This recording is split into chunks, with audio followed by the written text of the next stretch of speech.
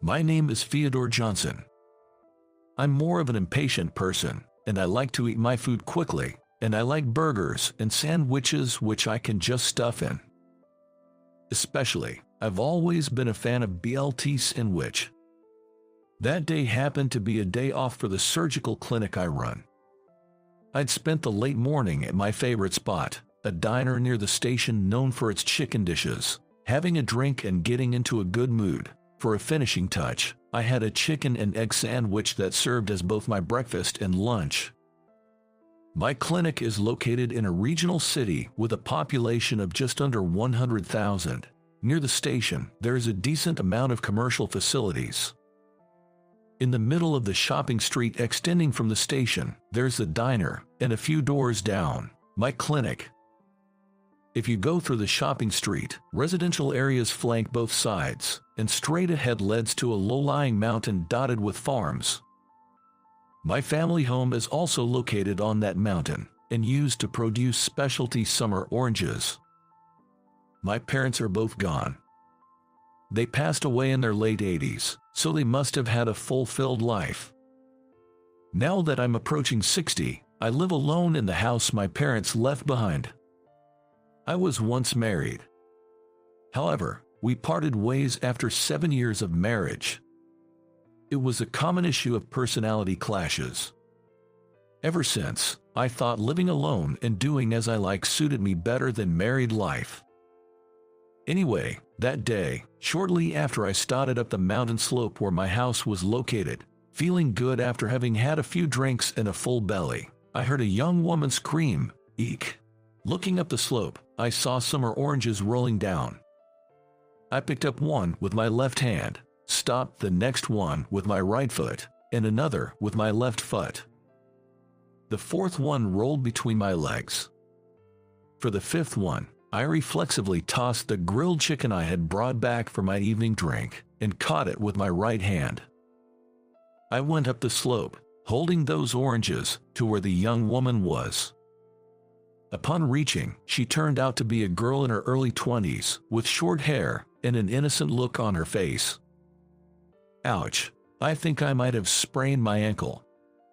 She was wearing sporty white leggings, and was sitting down, rubbing her ankle. "Here, let me see." I handed her the oranges I was holding, and placed my hand on her ankle. "Ouch, there," she exclaimed.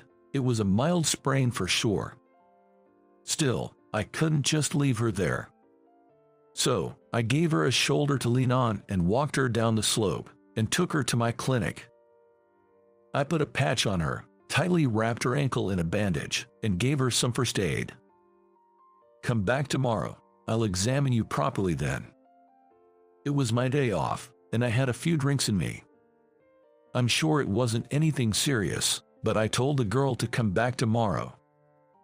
It's all my mom's fault. When you're talking to others, call her mother, not my mom, ok? "Yes, sir." She stuck out her tongue cheekily after she replied. That day, she'd been sent by her mom to the unmanned fruit stand at the top of the hill to buy some summer oranges. As she was coming down the hill with the oranges in a paper bag she brought, the handle of the bag suddenly broke and the oranges rolled out. It's my mom, my mom keeps reusing department store bags because she wants to be eco-friendly. The handle must have been about to break off. Her mom must have been quite frugal. I almost dropped my smartphone too. "Were you walking while messing with your smartphone?" "Yeah." I scolded her, telling her that was far worse. Staring down at a smartphone for long periods can strain your neck and lead to stiff shoulders and headaches. That's a condition called text neck. It's dangerous, so stop using your smartphone while walking. As I told her, she gave me another drawn-out "yes sir" in reply. Her house seemed to be just ahead in the residential area, within walking distance from my clinic, but I felt sorry for her having to walk on that foot. I suggested her to take a taxi. "You should get there within base fare. You have money for that." "I'm fine, I have it." Nodding, I gave her a crutch. As I walked her to the clinic entrance, she kept turning back to smile brightly at me. As I was about to go back inside, I noticed the part-time job notice I taped to the entrance door was starting to peel off. It's been up for over a month now. As I fixed the notice, I wondered if I should use online job postings. Just as I was thinking about this, I found she left behind her oranges. I'll give them to her tomorrow. Then the next day. What's this? A gift?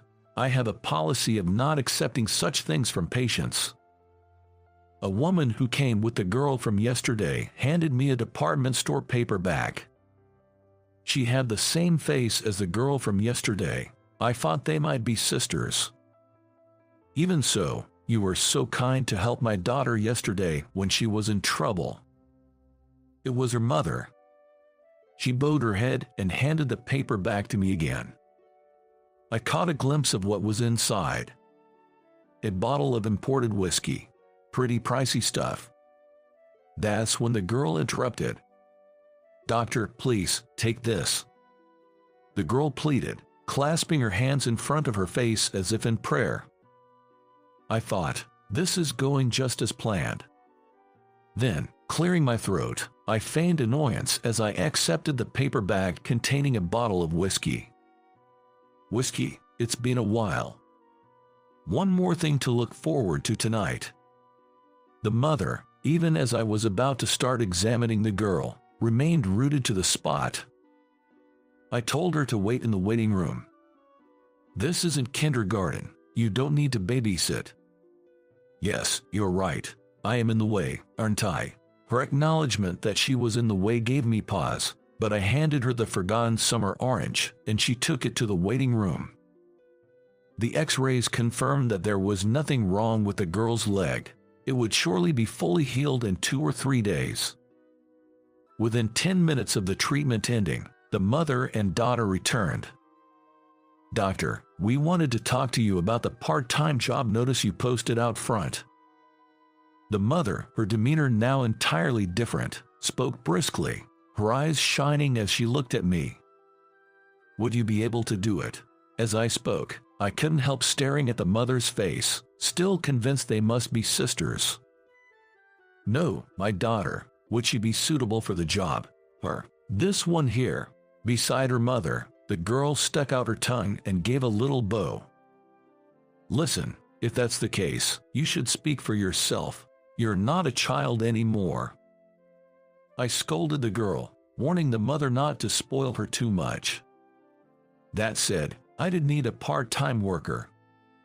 It's reception work, but it's not that difficult once you get used to it. So, I decided to hire the girl. The girl, whom I'll call Emma, began her part-time receptionist job 3 times a week once her foot healed.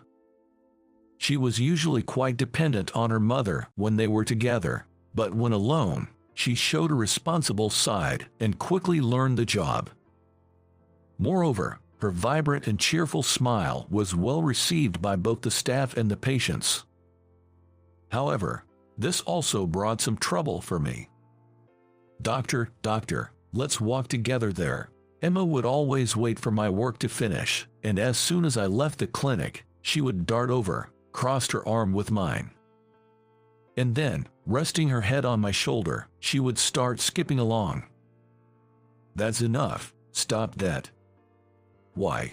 You're too young to be so familiar with men." "Doctor, you're just being shy." I was at a loss. I had taken in quite a naughty girl. A month or so had passed since Emma started her part-time job at my place, when one day, "My daughter, she's always grateful for your help." Emma's mother, Mary, visited the clinic with a smile as radiant as Emma's.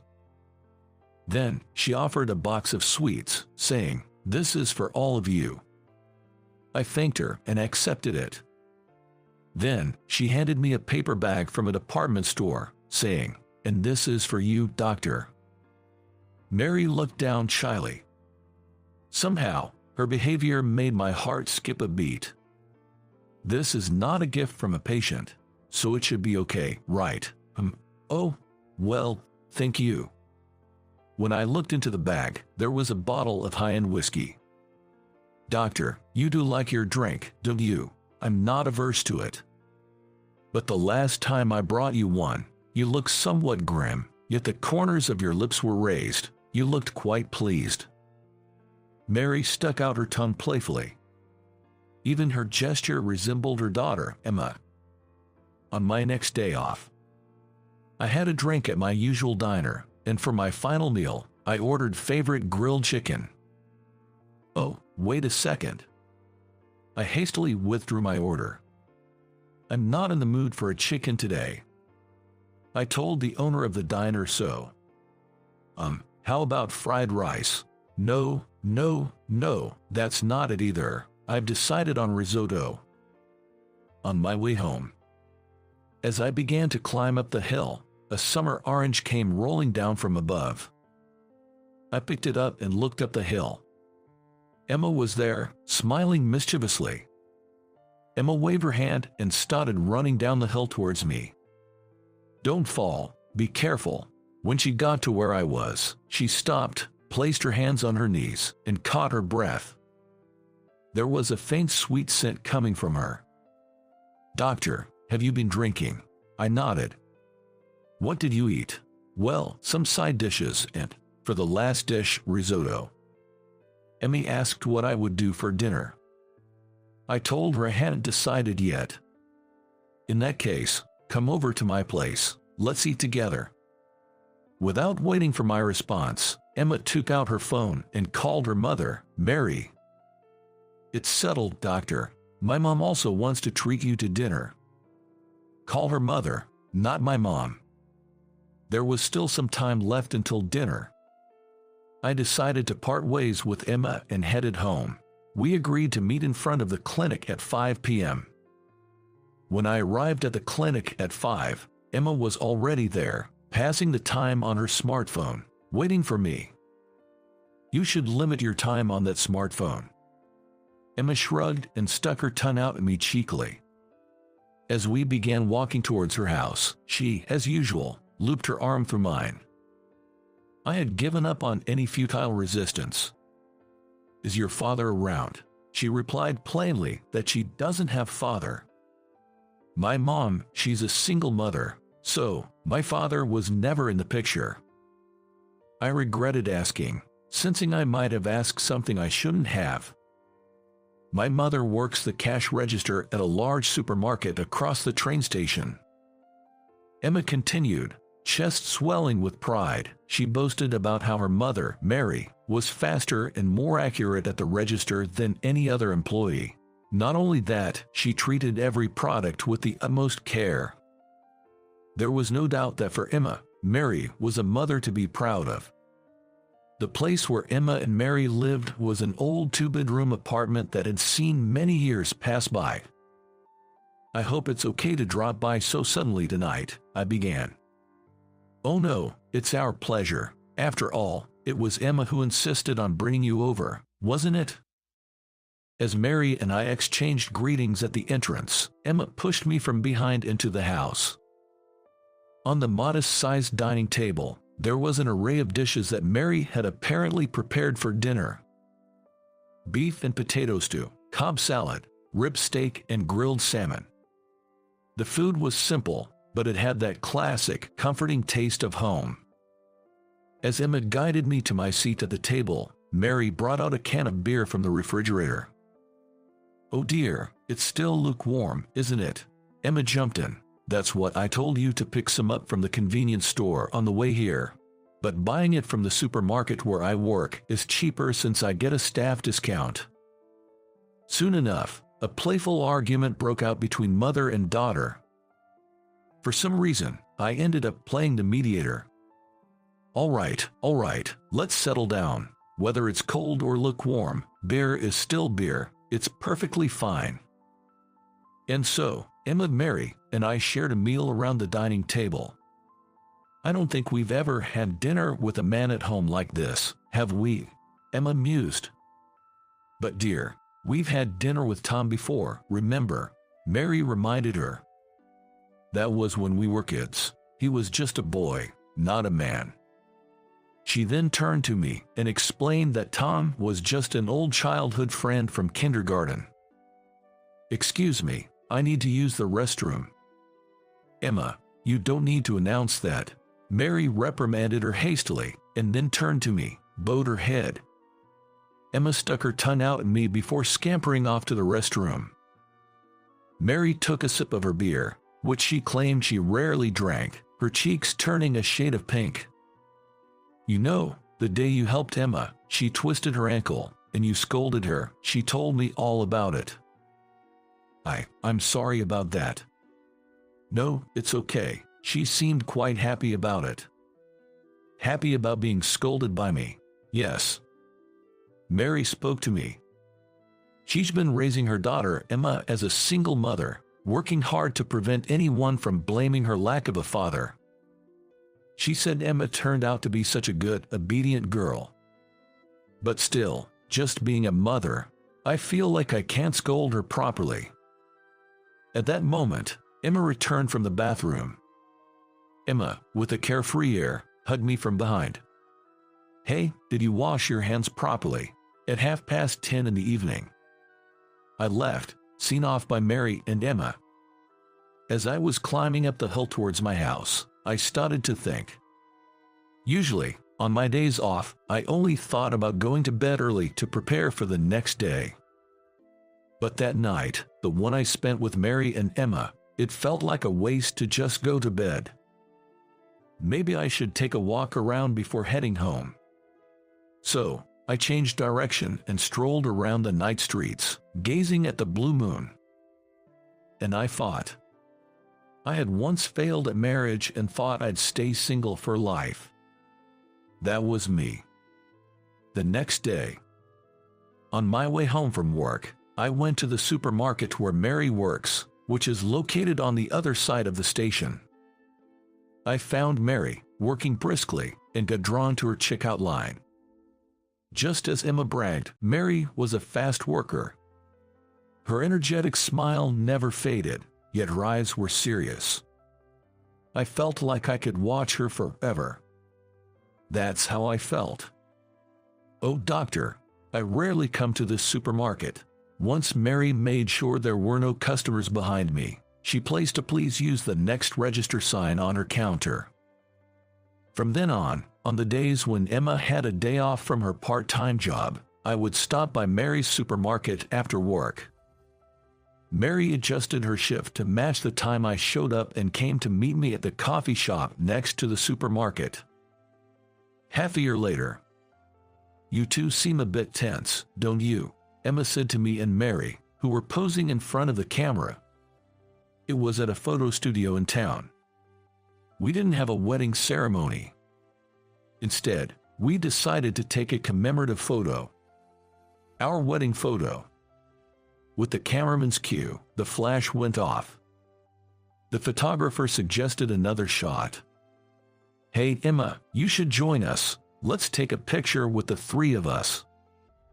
Emma nodded energetically with a smile and stepped between me and Mary. We all looked at each other. Our smiles naturally broke out. All right, here goes. Upon the photographer's cue, we all turned our faces towards the camera at once. Our first family photo. It must have turned out beautifully. How did you like it? Your subscription to the channel encourages us to keep producing. See you in the next